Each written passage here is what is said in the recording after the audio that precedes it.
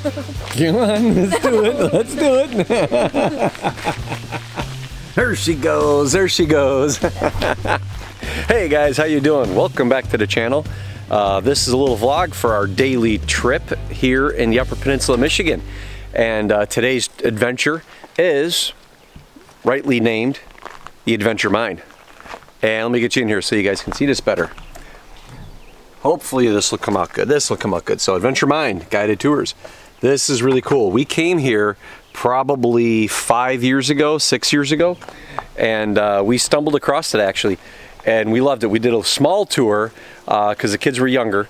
We did a small tour. Today's tour is going to be a little bit bigger, hopefully. We're going to go inside and see if we have to check in or do whatever we have to do. But this one is a couple hours long, 2 to 3 hours long, and should be filled with a little bit more excitement. And we're hoping to give you guys some footage. Now, the disclaimer, we haven't gone in yet. It's dark down there because they're caves, it's a mine. So I'm gonna do the best I can to get you guys a bunch of footage. So let me go check to see what we can do and see what happens. Hopefully you enjoy this.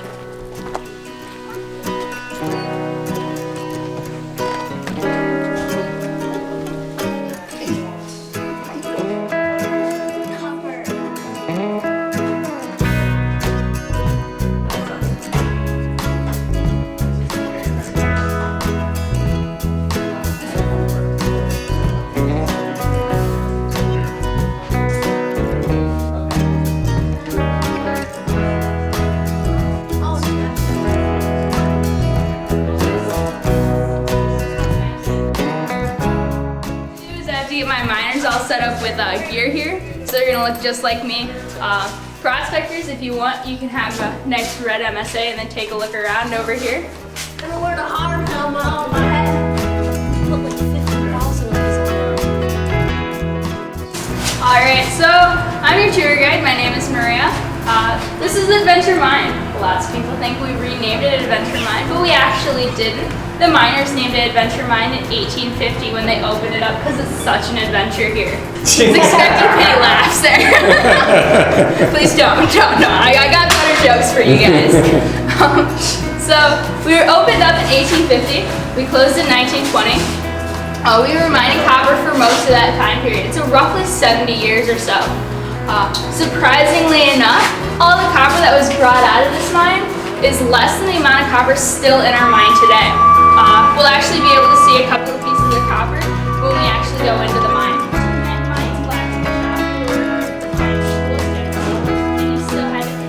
Alright, so we do have bats in the mine. I just asked, no one's afraid of them, right? We're safe. This one is Heidi, she's 6-wheel drive. The other one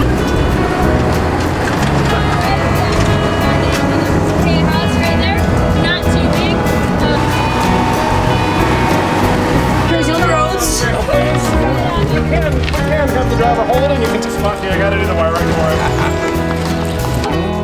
If you guys all want to turn your lights on, I highly encourage it. It does get pretty wet a lot of times.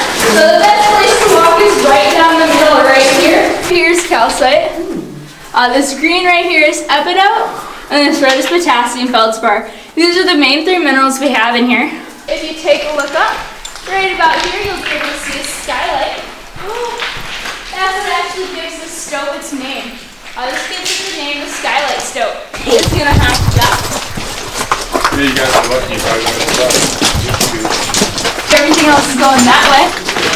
You'll see a back. This right here, this is a rock wall. If you look at it, you'll see some minerals in here, some calcite, a little bit of potassium feldspar, you know, some stuff like that.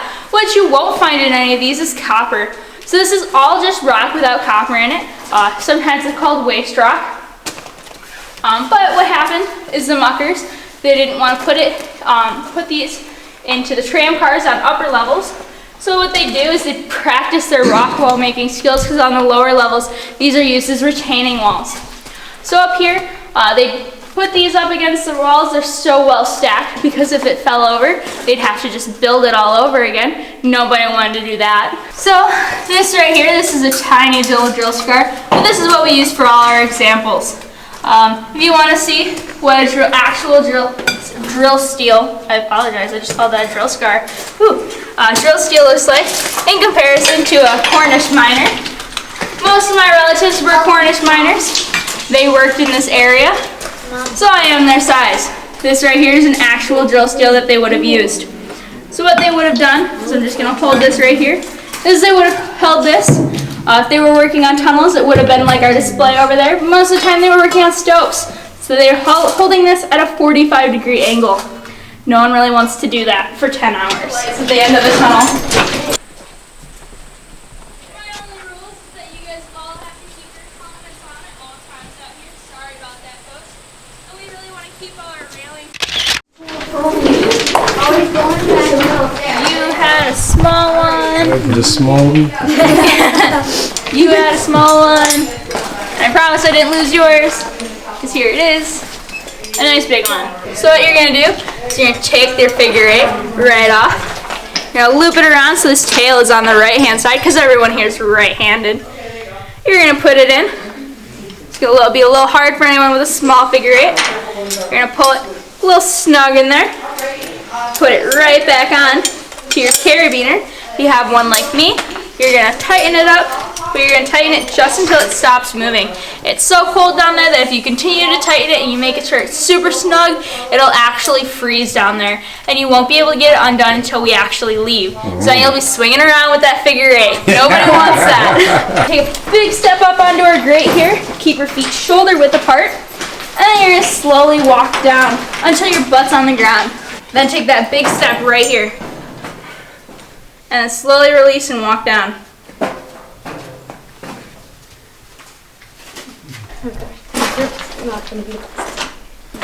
Alright, and then you can slowly start walking. Lower yourself as you walk. You always want to have that nice L shape going. Right your carabiner there. Big step up right about here. Perfect. And then you can just slowly lower and walk down.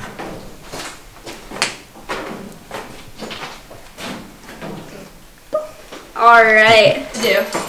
Nope. Good? Lower. What's that? Your lights off. Yeah. Perfect. There we go. Yeah. So you walk back until you're about midsole right here. That thumb always in that carabiner. And you just lower yourself back until you're almost sitting on this bar back here. You don't want to sit on it because if you sit on it, everything gets all wonky. It makes things 10 times harder. Your first step is a nice pointed rock right here. Ross will be kind and she'll point it out to you. Your next step is anywhere as long as it's shoulder width apart. You're going to continue on down or rappel here. Right about here. You're going to want to do a duck walk. And you're going to go backwards so you don't do like I did and just hit your head twice.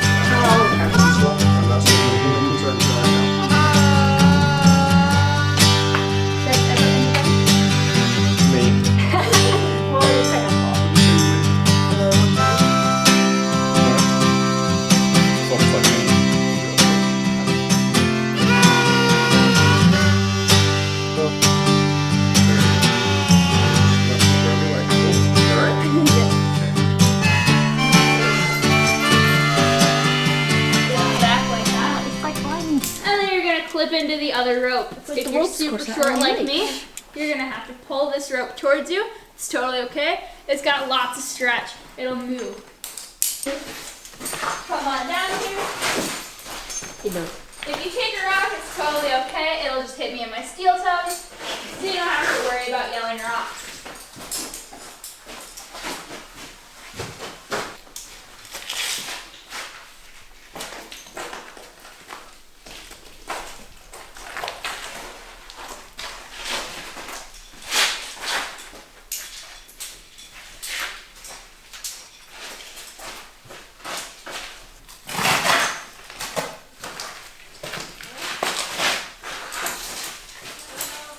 Right here, all this nice green on this rock, this is the oxidization of copper behind this rock.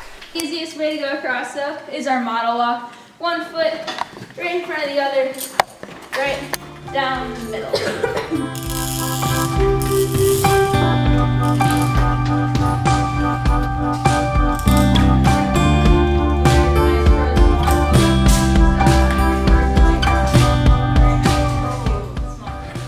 Finally, they're letting us out. Whew, it's chilly. I took my light off here. I'll get these off here. Let's see. Am I off? Nope, you're on still. Which one? There you go. Now I can do it. There you go. Awesome. Oh, Nope. This one. oh, that was pretty cool. She didn't lose it. She tried to. She tried to shake me for some reason. I don't know why, but. And I sat down there for an hour to teach her. Not fun. Wow. This is Marine Company Crazy Ice Cream. We're good there. Hey everybody, welcome back to the channel. And as you guys are going to see, we're here at Adventure Mine in Greenland, Michigan. It's the Upper Peninsula, Michigan, and this is going to tie in with a lot of our other videos in this trip that we were doing. And I want to introduce you to Matt. Matt is one of the owners, correct? Correct. Of Adventure Mine up here. And I'm going to let Matt explain everything that's going on here, because this is our second trip here in about 5 years. And we just got back from this tour, rappelling and everything else. It was awesome. The kids had a blast.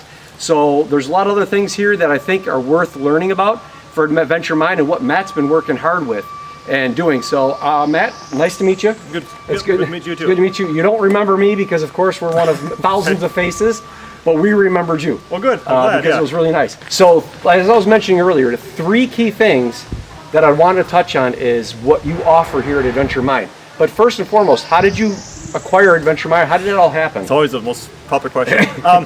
I actually went to college up here, Michigan Tech University. Graduated mining engineering, and I actually was working underground up here, neighboring mine, mining for specimen copper, which is unusual mining, but actual drilling, blasting, whole thing for copper specimens. And I intended to work with the gentleman for a while, and after a while we kind of just decided that we had different ideas, and this place came available, so we pursued with the owners here and acquired this place. So Nice. here we are, How many years? 15 years later. 15 years ago. Yeah, yeah, a long time. Now, are you seasonal? Didn't you Yes. leave and then you come back again? Yeah, we close mid-October, Okay. October 15th, and we open Memorial Day weekend. We caught you 4 or 5 years ago. We caught you the last week you were open because it was cold down there. Yeah, it was. Yeah, yeah. I always feel bad. You always get the people straggling in that last month, and it's just not worth being open, unfortunately. But we do get some people that like that. That's it's a right. great time of year too. Now, the age of the mine. Tell us a little bit about that. The mine here actually it was mined commercially by Europeans from 1850 to 1920, but it was mined prehistorically from about 6,000 years ago, right after the last ice age had retreated. They were here, and we still do find artifacts on the site quite often, hammerstones, copper artifacts, dating to that 6,000 years ago. So. Wow, man. And then you got this. What inspired you to actually start all of this? Especially acquiring Hans and Heidi, and I mean everything fits so well with what you and your wife are doing here. The interesting thing, the vehicles actually were just a byproduct of necessity. We had very rugged terrain here to get up to the mine site. You've read, and it was either we didn't really make the roads really overly commercialized and smooth. We kind of liked the natural setting as it was. Pretty much driving over rock piles that were here from the mining days. And it's like we modify that or leave it as is, and the vehicles allow us to do that. And the Pinsgauers, as they're called, were actually I had never heard of them. We were doing some research on vehicles and came across them at a vendor in Arizona. And once we saw them and drove them around, like this is perfect. And they've been great vehicles. Yeah. It gets people in the mindset. When you're driving up in these things and you're geared up, you got your harness like we had and our hard hats, and you're going up and you're jumping around and stuff, it starts putting you in a mindset about what it was like. And it lets you really. It's probably in a way very similar to even like a buggy or a wagon back in time because the roads weren't improved back then. They're very much like we had here. So in fact, one road we use is a old wagon road that was built in the mining era back in the 1800s. Your background leads you into having something like this. So one of the top 3 things we were discussing, first and foremost, is using it as an educational resource. Mm-hmm. Yep, and we're expanding that as much as I can. In fact, even this morning we had a small group of, they call it Summer Youth Program high school kids coming down here. We did a very short drilling demonstration with them. They're with Michigan Tech University. Oh, wow. And actually, for the past couple years now, I've taught drilling and blasting classes at Michigan Tech. So we bring the students down here, we do drilling and blasting on site. And we keep hoping to expand that. We're hoping next year through the university to actually offer like a 2-week intensive class with the students where they're here 5, 6 days a week, 8 hours a day. Oh, nice. Actually becoming a miner, drilling, blasting, doing the whole everything. Do you get a lot of people from other states, or is it just mostly here? Right now, it's just Michigan Tech, and once we get the tech program established, and I want to reach out and do some more too. Okay. It's just one step at a time. Everything takes a lot longer than you think it does. Slow is fast. Yes, yeah. But we'll get it organized, and then once we get a program established, we'll start looking outside and getting more people involved in that. And now I find it, because I didn't know about it until we moved here, and a real serious note on this is the bats. Yes. That is huge, because I follow a lot, like on Instagram and Facebook. I find you guys in that all the time.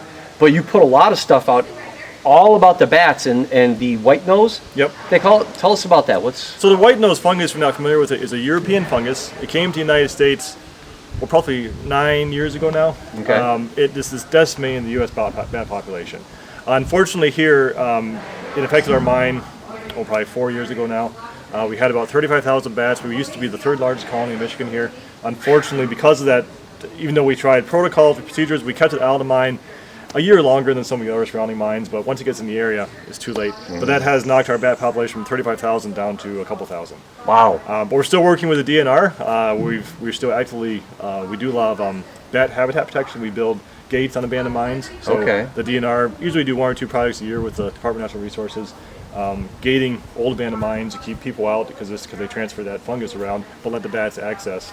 And people don't realize how important a bat is to the ecology. Yeah, extremely important. It's like bees. People, you take for granted your bees, you take for granted your bats. Yep. And actually, there's actually a direct correlation. Some of the research studies they show between pesticide usage on farmers, how much they have to use with pest control compared to the bat population. If the bat population drops down, they see that the need for chemicals decreases because they need that, which is really unfortunate. Yeah, it's really a shame. If people can't come out here, is there any way that they could help do something like that? And if they're in a different state, with the bats, just a lot of it's research, just knowledge. Tell people about, bats are really useful. They're not trying to attack you. The ones that, if it gets in your house sometime, they're terrified too. They're trying to get out flying around. They're not trying to kill you. Bat Conservation International. It's a nonprofit group. They're based in Austin, Texas.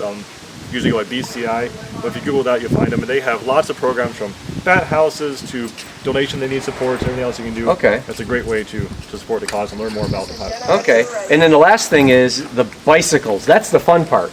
I guess nobody else will do that in the United States of America, is what you guys are doing? Not that I know of yet. Right now, we're the only ones that offer the riding, and we're just doing it on a special adventure now through the mine with the bike race. I just came back from a conference in Poland on International Underground Mine Tour. In Poland? Yeah, and actually there was a few. I was surprised, and we were talking. It was a really great conference. I was surprised. There was about 4 or 5 other places I realized across Europe that are doing very similar things, but they're all very new. And I think just half, we're the only ones in the U.S., but we were all kind of. I don't think we knew each other at the time, but we're all kind of that cutting edge, like, let's try this. And I also realized, like, you're doing that in the United States. I never knew you were doing it. They're doing it over in Germany someplace, but has the same idea of repurposing the mines into, there's some using bike rides, some doing even like high ropes courses on the ground, that kind of stuff. It's really neat, more adventure-based tours, but really allowing the guests to experience the environment but still have fun at the same time. Oh, nice. Like the bike trails and even like the ropes course, they really don't degrade the environment. There's very little impact to the mine history, but it allows people to see it in a unique way and enjoy it. Nice. So I guess, guys, that's about it. They're loading up in here. We got another crew going, so we're going to cut loose. Matt, I do appreciate it. Thank you for stopping by again, yes. Adventure Mine on Instagram, Adventure Mine on Facebook. Yeah, Adventure Mining Company on Facebook. Okay. Look at that way. And then our website too, AdventureMineTours.com. Okay, all that stuff will be down below in the description box. Guys, look it up. I'll also have links down below about the bat information to lend a hand that way, but I do encourage you all, come out here to the Upper Peninsula, Michigan, check it out, hook up with Matt and the gang. We had a great tour with Maria. It was just awesome. And, who was the guy's name again? I forgot the other fella name, the big guy. Ross. Ross. He was a card. He was great to be with too, and a great instructor with us rappelling. So again, appreciate it. Thank you very much. Guys, like, share, subscribe, all the good stuff. Keep me from the bottom of the YouTube bucket. We'll see you in the next video. Bye. Matt, no, I appreciate that. That's good stuff.